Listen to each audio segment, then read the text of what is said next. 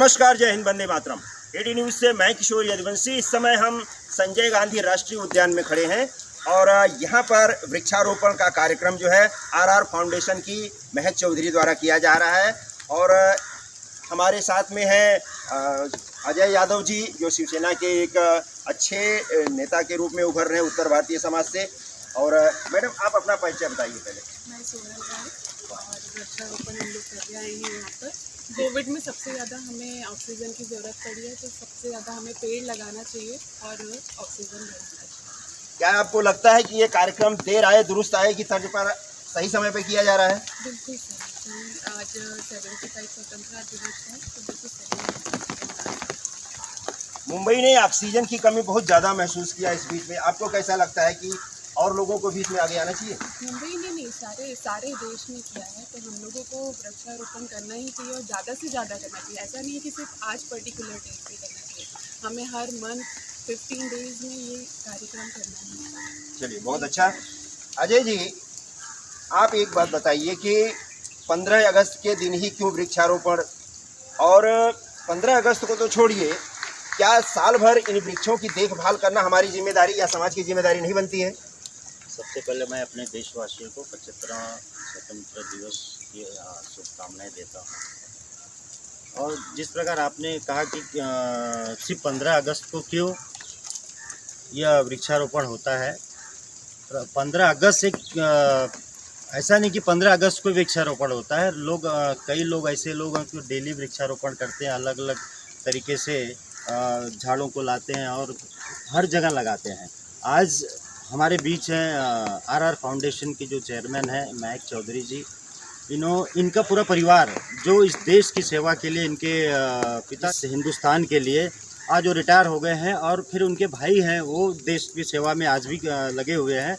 तो ये देश की सेवा करते इनका ऐसा विचार हुआ कि नहीं, अब हम जनता के लिए, मेरे माता पिता और मेरा भाई अगर देश की सेवा कर रहा है तो मैं भी तो एक महिला के नाते अगर देश सेवा करना चाहती हूँ, अगर वहाँ नहीं पहुँच पाए तो कम से कम झाड़ लगा के लोगों की देश की सेवा करूँ।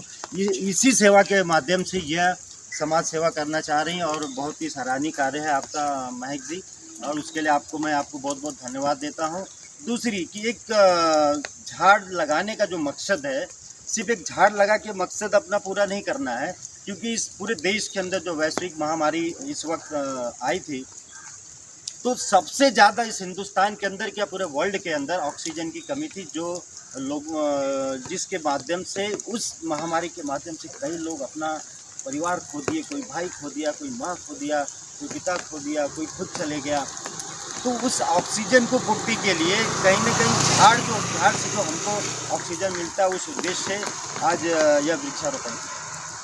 साल भर, आज मान लीजिए बारिश का सीजन है, नेशनल पार्क में समझिए कि इस 4 महीने के अंदर लाखों पेड़ लगाए जाएंगे, पर जैसे ही गर्मी शुरू होती है, इन वृक्षों को जीने के लिए उनके पानी की व्यवस्था करना, ये सारी जिम्मेदारी जो है लोग नहीं निर्वहन करते हैं अपना, और खाली पेड़ लगा के अपने कर्तव्य की तीसरी कर लेते हैं। ऐसे लोगों को क्या संदेश देते हैं? नहीं, हम तो ऐसे लोगों को ये संदेश देना चाहते हैं कि आप सिर्फ जिस प्रकार आपका बच्चा होता है, वो छोटे से लेकर आप कम से कम 21 साल तक उसकी सेवा करते आते हैं, जब तक वो अपने पैरों पे खड़ा नहीं हो जाता है, तब तक अपने बच्चों की सेवा करते हैं। उसी प्रकार ये पेड़ आज जो लगाया जा रहा है, और जो लोग लगा रहे हैं, जैसे महक जी से भी मैं गुजारिश करूँगा कि आज ये लगाने से आपकी जिम्मेदारी खत्म नहीं होगी, इसको जब तक बड़ा नहीं तब तक आपको उसकी सेवा करना है, और सभी का यही काम होना है। यही चीज़ मैं और लोगों को मैसेज देना चाहता हूँ कि क्या आपका सिर्फ जो है बारिश के सीज़न में पेड़ हरा भरा रहता है और उसको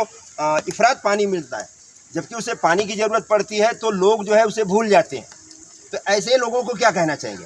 नहीं, ऐसे लोगों को ये हम संदेश देना चाहते हैं, जो लोग भी ये झाड़ लगाते हैं, तो हम सभी लोगों से यह रिक्वेस्ट करें कि झाड़ जब लगाते हैं, उसे आप अपना बच्चा समझिए। वो आपका एक बच्चा है, जब तक वो बड़ा नहीं हो जाता है, अपने उनकी जो जड़ है वो मजबूत नहीं हो जाती, तब तक उसकी सेवा करते रहिए।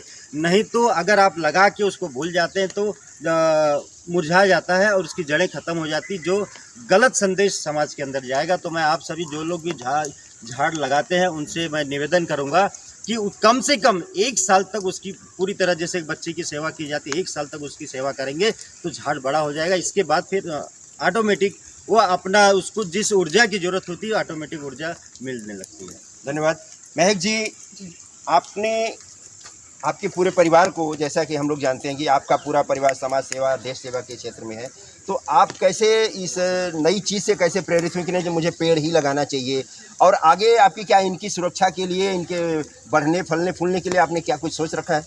जी बिल्कुल, ऐसा लगता है मुझे पेड़ ही नहीं लगाना चाहिए। जैसे कि हमें बहुत सारी चीज़ें हैं, आज की कोविड ने बताया है कि हमें मतलब लोगों के पास कैसी कमी होने लगी थी। ऑक्सीजन तो एक बहुत ही ज़रूरी हो गया है एक्चुअली आज की डेट में, जो हम डॉक्टरों के पास जा रहे थे ऑक्सीजन लेने के लिए। आई थिंक मुझे ऐसा लगता है कि पेड़ लगाएं, नेचुरल ऑक्सीजन मिलेगा हमको पेड़ लगाने से। और मैं सब लोगों को ये कहना चाहूँगी, मैं तो ये कर ही रही हूँ, और मुझे तो ये मेरे पिताजी से ये प्रेरणा मिली, क्योंकि अभी मैं 1 महीने पहले मथुरा गई थी, तो पिताजी मेरे पेड़ लगा रहे थे, तो मैं देख रही थी उनको एक्चुअली।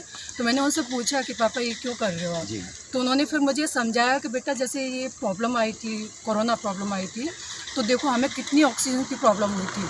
तो वो प्रेरणा मुझे अपने पिताजी से मिली है, और मुझे ऐसा लगता है कि हर इंसान को आज ही नहीं, हर रोज़ एक जैसे ही कोई खुशी का मौका आए, तो आई थिंक मुझे ऐसा लगता है कि एक पेड़ रोज़ हर इंसान को लगाना चाहिए, जिससे कि हमें ऑक्सीजन, हमें ही नहीं बल्कि हमारी आने वाली जो पीढ़ी है, हमारे आने वाले जो बच्चे होंगे, उनको हमारी वजह से ऑक्सीजन मिलेगा। तो इसलिए तो ये जो आपने पेड़ लगाया है, उनके आगे के बढ़ने के लिए साल 2 साल उनकी सुरक्षा, उनका देखभाल किस तरह से किया जाएगा, इसकी आपके फाउंडेशन से कुछ व्यवस्था हो रही है? जी बिल्कुल हो रही है, पूरी होगी, और मेरी पूरी टीम काम करेगी और मैं करूँगी। और हमारा टारगेट यही है कि मतलब जब तक ये बड़े ना हो जाएं तब तक हम इनकी देखभाल करते रहेंगे। और यही हमारा टारगेट नहीं है, हमारा टारगेट है कि जहाँ तक हम कर सकें, जहाँ तक हम पेड़ लगा सकें, लोगों को एक अच्छी ऑक्सीजन दे सकें, नेचुरल ऑक्सीजन दे सकें, वही आरआर फाउंडेशन की कोशिश रहेगी। इन पेड़ों में जो आपने लगाया है, आप लोगों ने, आपकी संस्था ने, उनमें कौन से पेड़ हैं जो सबसे ज़्यादा ऑक्सीजन देते हैं? क्या ऐसे पेड़ हैं जो फल देते हैं, ऐसे पेड़ हैं? किस तरह के पेड़ आपने लगाए? देखिए, आज से मैं शुरुआत कर रही हूँ, और मैंने आज बहुत ही डीपली मतलब अंदर तक पढ़ा है पेड़ों के बारे में। तो मैं आगे डेफिनेटली मैं इन चीज़ों के बारे में समझ के मैं आगे करना चाहूँगी। मुझे देखना है कि कौन से ज़्यादा ऑक्सीजन दे रहे हैं पेड़, मुझे देखना होगा कि कौन से हमें खाना दे सकते हैं, पीना। मुझे ऐसा लगता है कि जीवन में जैसे खाना ज़रूरत है हमारे लिए पेट भरने के लिए, जैसे पानी ज़रूरत है, वैसे ही हमारे लिए पेड़ ज़रूरी है। तो इसलिए मुझे लगता है कि सब लोगों को ये काम करना चाहिए। मैडम, इस समय हमने लॉकडाउन में देखा कि सबसे ज़्यादा जानवरों को प्रॉब्लम हुई है, चिड़िया को प्रॉब्लम हुई है, जबकि पब्लिक जो खाना पीना खाती है, जो कचरा निकलता है, उससे जो है चिड़िया जो है, कुत्ते बिल्ली जो है, ये जीते हैं। पर उनको जो है कोरोना के टाइम पर लोग अपने लिए इतने तकलीफ में थे कि उनकी देखभाल नहीं कर पा रहे थे, या चिड़िया जो थी उनको पानी नहीं मिल रहा था, उनको खाने को नहीं मिल रहा था। तो क्या ऐसे फलदार वृक्ष आप लगा रहे हैं कुछ इसमें? जी बिल्कुल, आगे फ्यूचर में मैं ये काम करना चाहूँगी, बिल्कुल करना चाहूँगी, जिसकी वजह मतलब मेरे घर वालों ने इतनी देश की सेवा की है, तो मैं वो तो नहीं कर सकती हूँ, आर्मी में जाके तो नहीं लड़ सकती हूँ। बाकी भारत में ऐसी लड़कियाँ हैं, हमारी युवा लड़कियाँ जो कर रही हैं, लड़ रही हैं भारत के लिए। एक्चुअली काम नहीं कर पा रही हूँ, मेरे घर वालों ने कर लिया, अब मैं ये करना चाहूँगी। जैसे पंछी हो गए, चिड़िया हो गए, उनकी मैं कोशिश करूँगी आगे कि उनको कुछ दे सकूँ। एक्चुअली अपनी तरफ से पूरी अपनी जान, अपना तन मन धन सब कोशिश करूँगी मैं। बहुत अच्छा। मैडम, आप बताइए कि आप इस संस्था से या मैडम से, महक मैडम से, उनकी संस्था से किस तरह से जुड़ी? मेरा नाम अश्विनी आनंद है। हम पहले तो दोस्त हैं, और हम जैसे काम भी साथ में करते हैं। आरआर फाउंडेशन का ये समाज सेवा नहीं, ये हमारा कर्तव्य है। जैसे हम बच्चों को संस्कार देते हैं, अच्छे संस्कार देते हैं, तब जाके वो बूढ़े माँ बाप का सहारा बनते हैं। वैसे ये पेड़ हैं, इनकी हम देखभाल करेंगे, तब जाके हमें ये ऑक्सीजन देंगे, हमें फल देंगे। हमने तो देखा है कोविड में इतना प्रॉब्लम हुई है इस देश को, तो हमें ये समझना बहुत इम्पॉर्टेंट है, और ये ही हमारा मकसद है। हम अभी 4 लोग हैं, हम आगे और बढ़ाएंगे अपने टीम को, ये हमारा आरआर फाउंडेशन का मकसद है। बहुत बहुत धन्यवाद आप सबका। आपके एक अच्छे उद्देश्य के लिए हम आपको शुभकामनाएं देते हैं। देखिए, पेड़ लगाना महत्वपूर्ण नहीं है। आज की तारीख में पेड़ आप कहीं भी छोड़ देंगे, वो बरसात के सीज़न में उसको खाना पीना मिल जाता है, और वो कुछ न कुछ 4-6 महीने ज़िंदा रहता है। इसके बाद आपकी जिम्मेदारी शुरू होती है। जो पेड़ आप लगा के गए हैं आज लगा के जा रहे हैं, कल 4 महीने बाद जब गर्मी शुरू होगी तो आपकी जिम्मेदारी तब वहाँ से शुरू होती है कि आप उसे आकर के देखें कि मैंने जो पेड़ लगाया था वो पेड़ आज भी जिंदा है या मर गया, सूख गया, क्या हुआ। तो इसके बाद जो है आपके पेड़ लगाने का उद्देश्य जो है सफल होता है। कम से कम 2-3 साल ये आपकी जिम्मेदारी बनती है कि उसके गर्मी के दिन में उस पेड़ को ला करके पानी दें, उसकी गोड़ाई निराई करें, तब जा कर के वो पेड़ 2-3 साल के बाद पर्यावरण से, ज़मीन से अपने लिए खुराक लेकर के अपने आप को जिंदा रख पाता है। आज बारिश के मौसम में पेड़ लगा देने से या कुछ भी कर देने से आपकी जिम्मेदारी खत्म नहीं हो जाती है। आपकी जिम्मेदारी 3-4 महीने बाद से शुरू होती है। 18 न्यूज़ के लिए मैं किशोर यदुवंशी। नमस्कार, जय हिंद, वंदे मातरम, धन्यवाद।